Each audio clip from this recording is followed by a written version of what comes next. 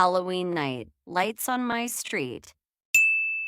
It is Halloween night. The sky is dark, and the air is cool. I look outside my window and see orange lights. Pumpkins shine in front of many houses. I decide to take a short walk. Children wear costumes and run along the street. One boy is a pirate. One girl is a witch with a big hat. They knock on doors and say, "Trick or treat." People smile and give them candy. Their bags get heavier and heavier. At the corner of the street, there is a big house. It has many lights and funny decorations. A man opens the door with a monster mask. He laughs and gives chocolate to everyone. The kids scream and then laugh. I can't help smiling. I walk home slowly. The street is still bright and full of voices.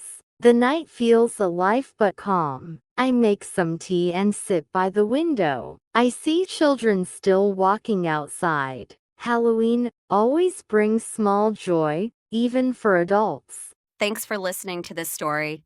Listen to this story again anytime while you're driving, walking, or working out.